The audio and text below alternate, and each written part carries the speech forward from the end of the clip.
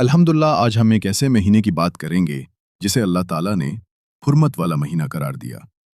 جی ہاں، ہم بات کر رہے ہیں محرم الحرام کی۔ یہ اسلامی سال کا پہلا مہینہ ہے جس کی فضیلت قرآن و حدیث میں واضح طور پر بیان کی گئی ہے۔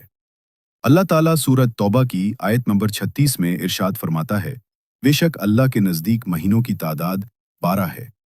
اللہ کی کتاب میں جس دن سے اس نے آسمانوں اور زمین کو پیدا فرمایا ان میں سے 4 حرمت والے مہینے ہیں۔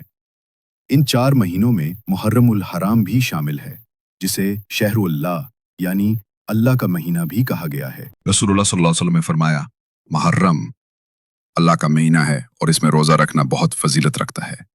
اسی طرح ایک اور حدیث میں آتا ہے، رمضان کے بعد سب سے افضل روزے محرم کے روزے ہیں۔ خاص طور پر عاشورہ یعنی 10 محرم کا روزہ بہت اہم ہے۔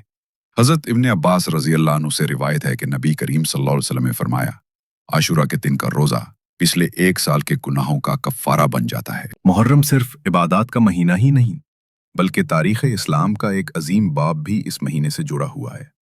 یہی وہ مہینہ ہے جس میں حضرت امام حسین رضی اللہ عنہ نے کربلا کے میدان میں حق اور باطل کے درمیان فرق واضح کر دیا۔ انہوں نے یزید جیسے ظالم حکمران کے سامنے جھکنے سے انکار کر کے اسلام کو نئی روح عطا کی۔ کربلا کا واقعہ ہمیں سکھاتا ہے کہ حق پر قائم رہنا چاہیے، چاہے کتنی بڑی قربانی کیوں نہ دینی پڑے۔ باطل کے سامنے کبھی سر نہ جھکایا جائے۔ دین کی حفاظت کے لیے جان، مال، عزت، خاندان سب کچھ قربان کیا جا سکتا ہے۔ آئیے اس محرم میں ہم نیت کریں کہ ہم نبی کریم صلی اللہ علیہ وسلم کی سنت پر عمل کریں گے، عاشورہ کا روزہ رکھیں گے، امام حسین رضی اللہ اور اہل بیت کی قربانیوں کو یاد رکھیں گے، ظلم کے خلاف آواز بلند کریں گے، چاہے وہ کسی بھی شکل میں ہو۔ اللہ تعالیٰ ہمیں محرم کی قدر کرنے، اس کی حرمت کو سمجھنے اور امام حسین رضی اللہ عنہ کی تعلیمات پر چلنے کی توفیق عطا فرمائے، آمین۔